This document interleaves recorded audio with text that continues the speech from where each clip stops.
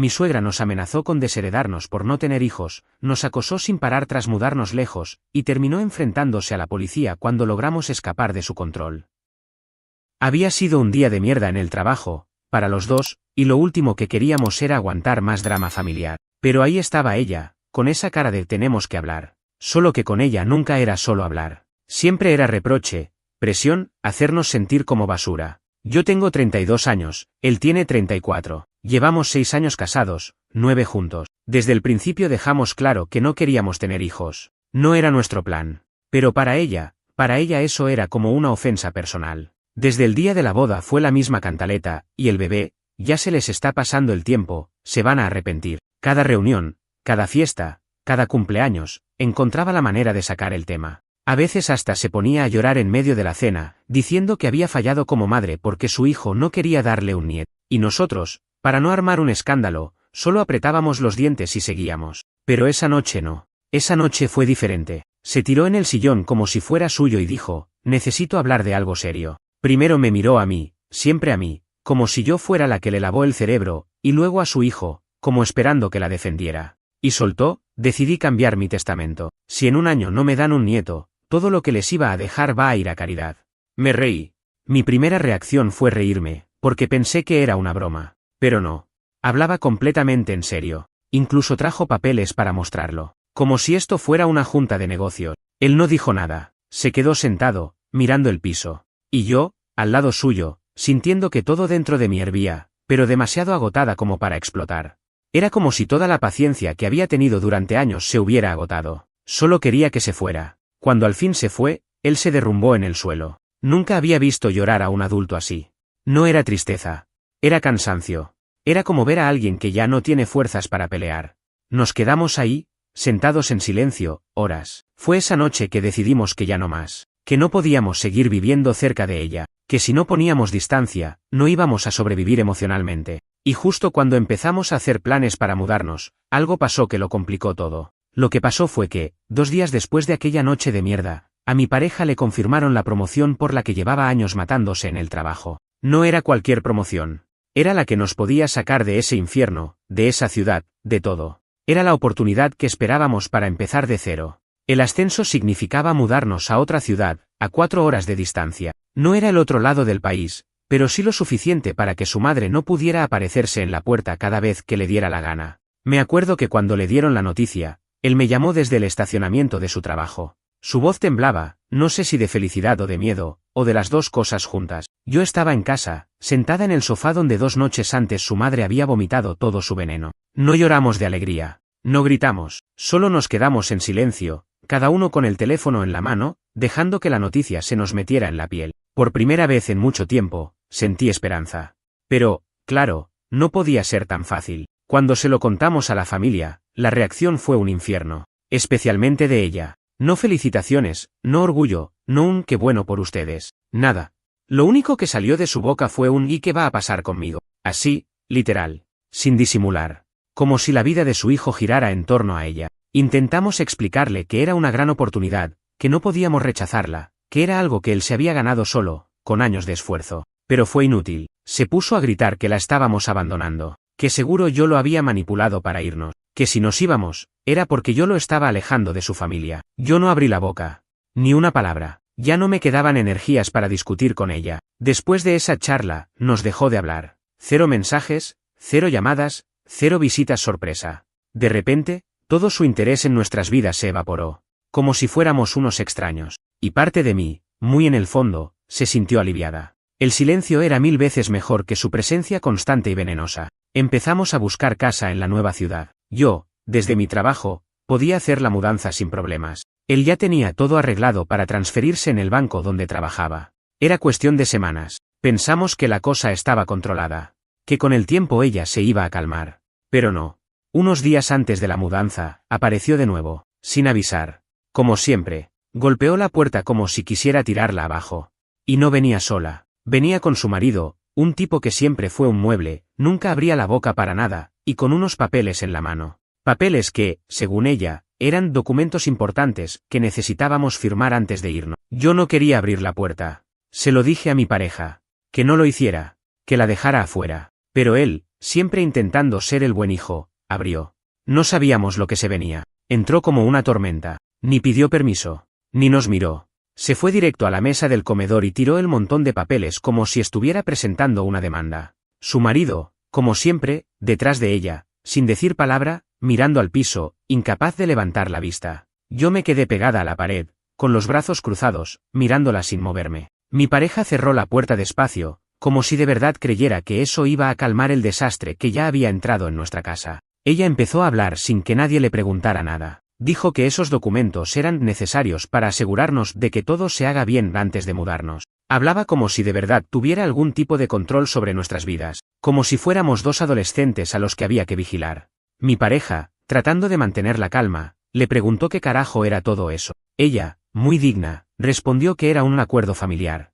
Que, como nos íbamos a ir lejos, y seguramente nos íbamos a olvidar de ellos, quería dejar todo claro por escrito, qué cosas seguirían siendo compartidas, qué reglas deberíamos respetar respecto a las visitas, y, sobre todo, qué obligaciones seguiríamos teniendo con ella y su esposo. Cuando dijo la palabra obligaciones, sentí que algo me quemaba por dentro. ¿Obligaciones? ¿Con quién se creía que estaba hablando? Mi pareja hojeó los papeles. No tardó mucho en darse cuenta de lo que era en realidad una forma de control, de manipulación.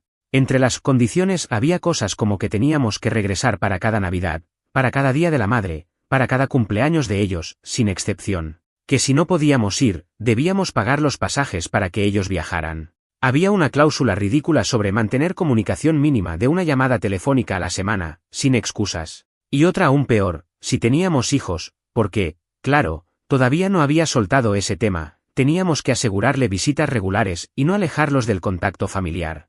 Era un contrato de esclavitud emocional, básicamente. Mi pareja dejó los papeles sobre la mesa. No gritó.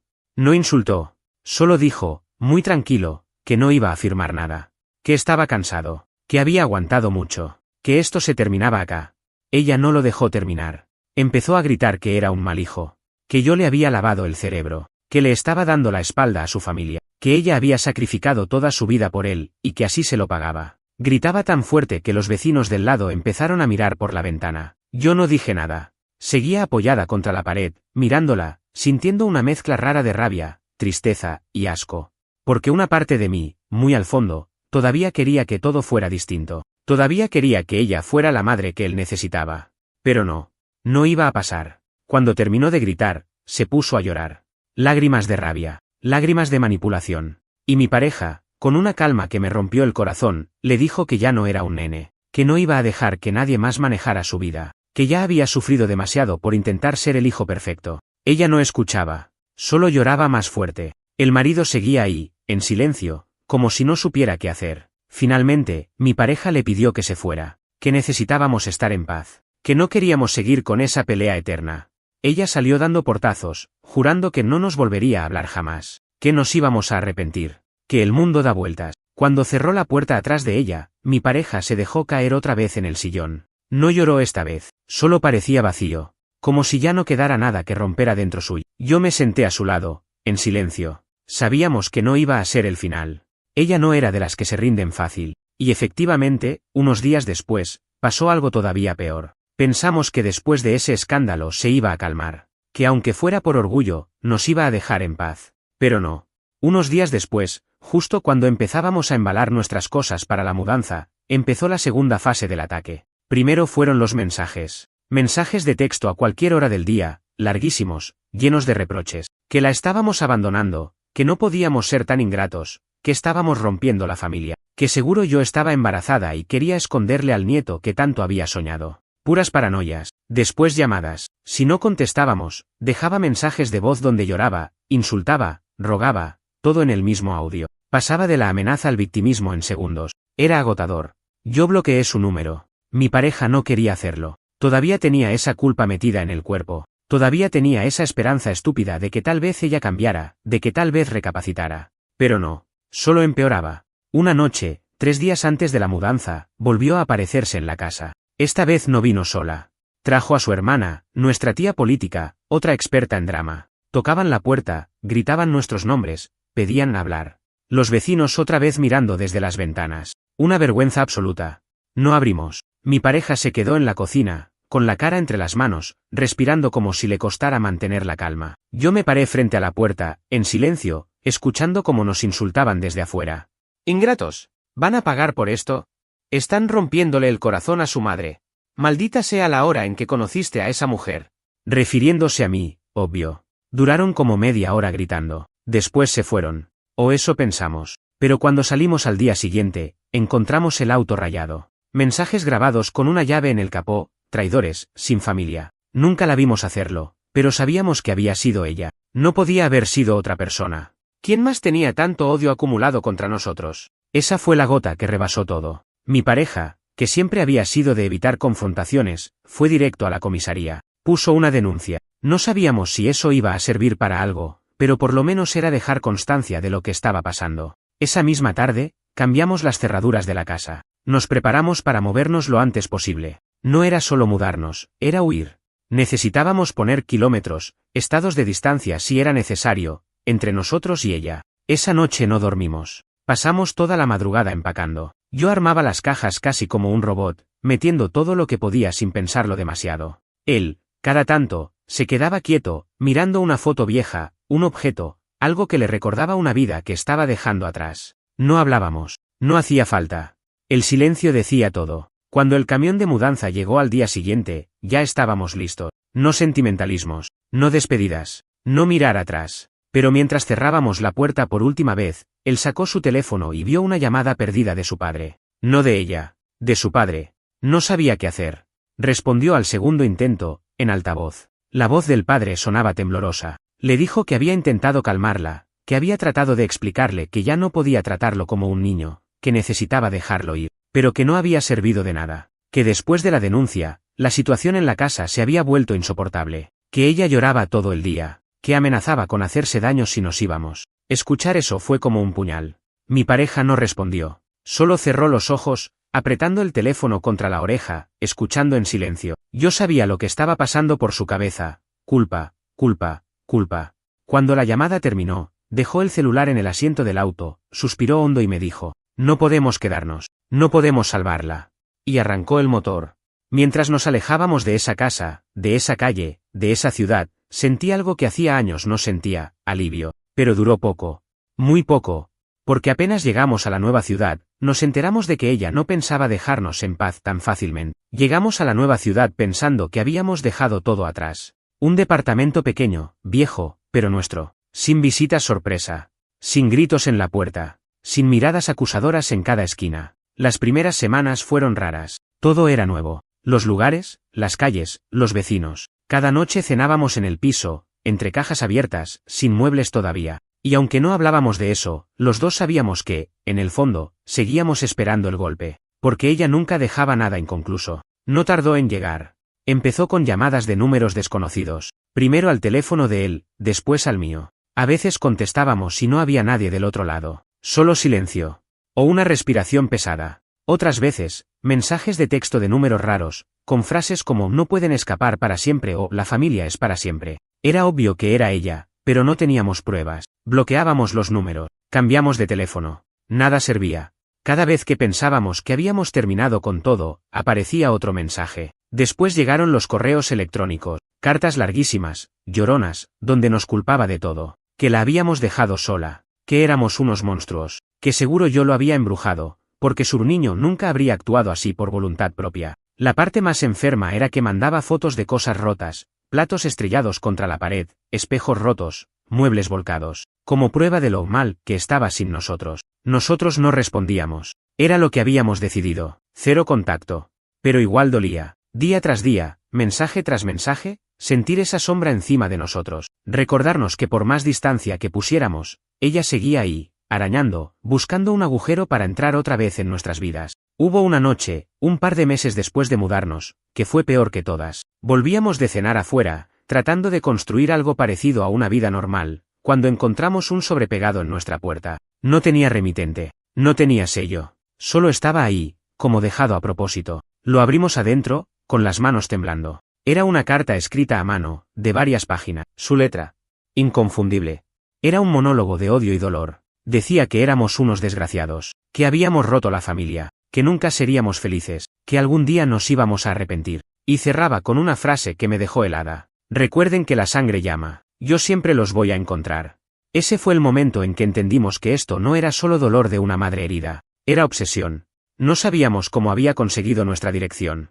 Habíamos sido cuidadosos. No le habíamos dicho a nadie dónde nos habíamos mudado, excepto a su padre, y eso porque en algún momento pensamos que podría necesitar contactarnos si algo grave pasaba. Pero ahora ya no sabíamos si podíamos confiar en nadie. Esa noche no dormimos. Mi pareja se pasó horas sentado en la sala, en silencio, mirando la carta. Yo iba de un lado a otro de la casa, asegurándome de que las ventanas estuvieran cerradas, de que la puerta estuviera bien trabada, como si eso pudiera detener el miedo que ya estaba adentro. Al día siguiente fuimos a la policía. Llevamos la carta, explicamos la historia completa. La oficial que nos atendió fue amable, pero bastante fría. Nos dijo que, sin amenazas explícitas de violencia, no podían hacer mucho, que podíamos pedir una orden de restricción, pero que eso podía tomar semanas, y que muchas veces no servía de nada si la otra persona estaba decidida a ignorarla. Salimos de ahí más frustrados que tranquilos. No queríamos vivir con miedo. No queríamos estar mirando por encima del hombro cada vez que salíamos de casa. Así que tomamos una decisión.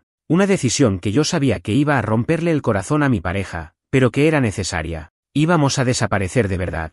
Cambiar nombres, cambiar teléfonos, mudarnos otra vez, romper todo contacto, con todos. Era el único modo. Pero antes de hacerlo, algo pasó que cambió todo el plan de golpe. Y, una vez más, ella fue la causa. El día que íbamos a empezar a preparar otra mudanza, mi pareja recibió una llamada que cambió todo. No era su madre.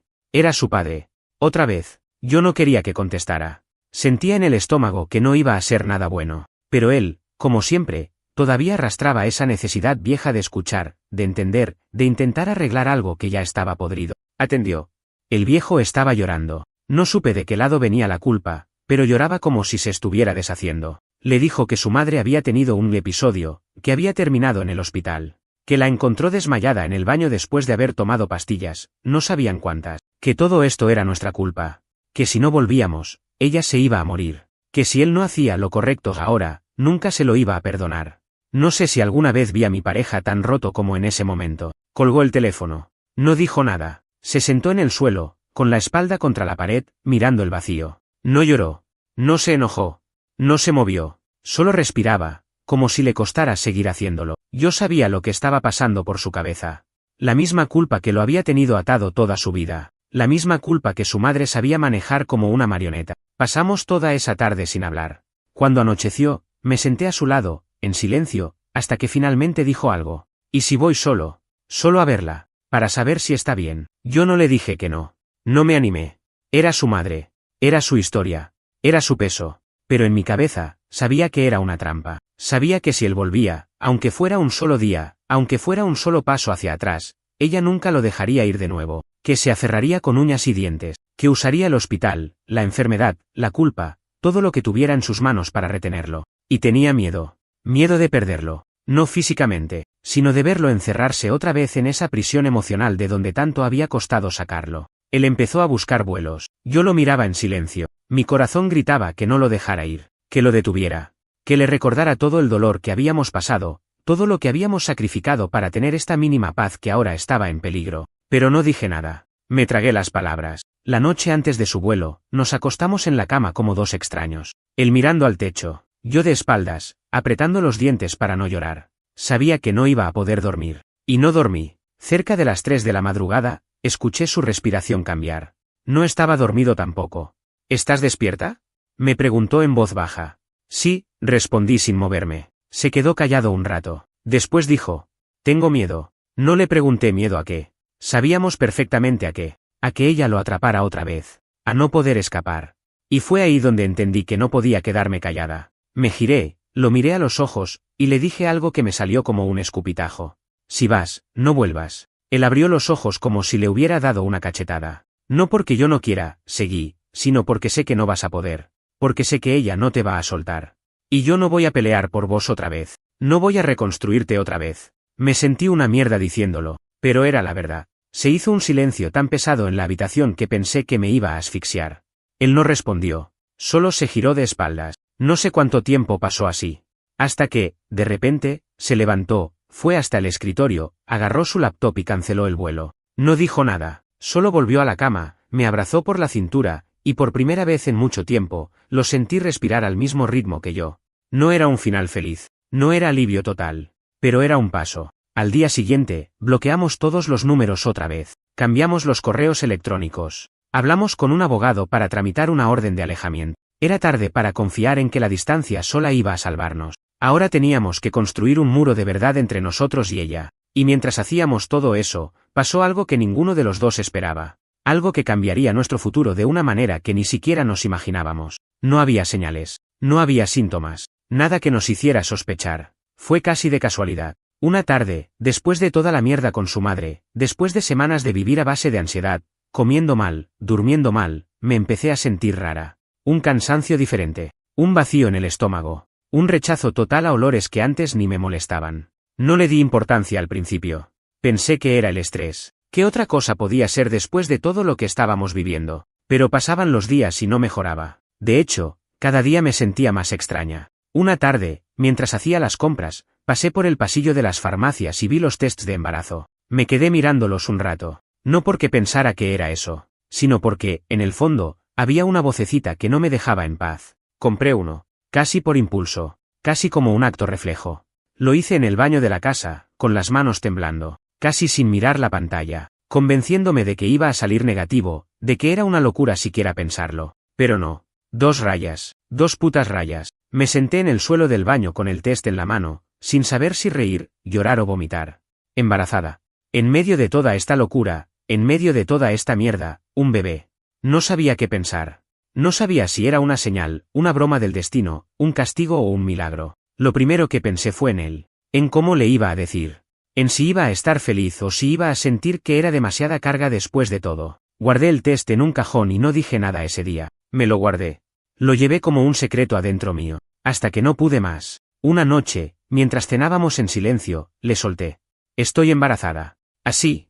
Sin rodeos, sin adornos, sin teatro. Él se quedó congelado, con el tenedor a medio camino hacia la boca. Me miró como si no entendiera las palabras. Después lo vi romperse. No llorar. Romperse. Dejó el plato, se levantó de la silla, caminó de un lado a otro de la cocina como un animal enjaulado. Yo no sabía si hablar, si callarme, si abrazarlo o dejarlo solo. Hasta que finalmente se detuvo, se apoyó contra la heladera, cerró los ojos y dijo: Vamos a estar bien. No fue una promesa. No fue una declaración heroica. Fue más bien un susurro. Una especie de mantra para convencerse a sí mismo. Y yo, sentada ahí, con el corazón en la garganta, supe que era verdad. Que sí. Que íbamos a estar bien. Pero no iba a ser fácil. Porque en cuanto ella se enterara, y de alguna manera se iba a enterar, porque esa gente siempre encuentra la forma, iba a intentar meterse de nuevo. Iba a usar al bebé como excusa. Iba a exigir derechos de abuela. Iba a llorar, suplicar, amenazar, todo lo que fuera necesario para volver a agarrarnos de las muñecas con sus garras. Esa noche no dormimos. Nos quedamos acostados en la cama, uno al lado del otro, en silencio, sintiendo el peso de todo lo que se venía. No hablamos de nombres, no hablamos de ropa de bebé, de cunas, de colores para la habitación. Hablamos de abogados, de seguridad, de cómo protegernos de ella. Planificamos cómo íbamos a seguir escondidos, cómo íbamos a evitar que el hospital filtrara información cuando naciera el bebé. Cómo íbamos a asegurarnos de que nadie supiera nuestra dirección, nuestro número, nuestro nuevo apellido, porque sí, estábamos pensando en cambiar también el apellido. ¿Paranoico? Puede ser. Pero después de todo lo que había pasado, no nos quedaba otra. La felicidad venía mezclada con miedo. Un miedo visceral, sucio, pegajoso. No era justo. No era justo que el mejor momento de nuestras vidas estuviera contaminado por ella, pero era la realidad. Así que decidimos enfrentarlo como pudimos, juntos, en silencio, con la cabeza baja, pero caminando hacia adelante. Todavía no sabíamos que lo peor todavía no había pasado. Todavía no sabíamos que, de alguna manera, ella nos iba a encontrar. Y que esta vez iba a ser mucho más difícil sacarla de nuestras vidas. Pensábamos que habíamos hecho todo bien, que habíamos tapado cada grieta, cada rendija por donde ella pudiera colarse en nuestra vida nueva. Pero no. Un mes después de enterarnos del embarazo, justo cuando empezábamos a sentirnos un poco más seguros, cuando el miedo había bajado un poco, pasó. Fue una tarde cualquiera. Yo había ido a una revisión médica de rutina. No llevaba ni 2 meses de embarazo, pero queríamos asegurarnos de que todo fuera bien. Cuando salimos de la consulta, ahí estaba, parada frente al edificio del hospital, mirándonos. No sé cómo describirlo. Era como ver un fantasma. Mi cuerpo se paralizó. Él me agarró del brazo, como instintivamente, como para protegerme. Ella dio unos pasos hacia nosotros. Sonreía. Una sonrisa que no era feliz. Era una sonrisa de triunfo. Los atrapé. Yo no podía moverme. Él tampoco. Ella no dijo nada al principio. Solo nos miraba. Hasta que finalmente, en voz baja, dijo. Sabía que me necesitaban. Yo sentí náuseas. No sé si por el embarazo o por el asco. Él fue el primero en reaccionar. Le dijo que se fuera. Que no tenía derecho a estar ahí. Que no queríamos verla. Que no queríamos tener ningún tipo de relación. Ella lo ignoró. Me miró directamente a mí, al vientre, todavía plano, y dijo. Ese bebé necesita a su abuela. Fue como un disparo. No sé de dónde saqué fuerzas, pero respondí. Seco. Frío. Como nunca antes le había hablado. Ese bebé no va a saber que existe. Su cara cambió. Se retorció. Pasó de la falsa dulzura al odio en cuestión de segundos. Empezó a gritar. En la puerta del hospital, delante de todos, que yo era una bruja. Que le había robado a su hijo. Que ahora le robaba a su nieto. Que nos iba a arruinar. La gente empezó a mirar. Algunos grababan con el celular. Mi pareja llamó a seguridad.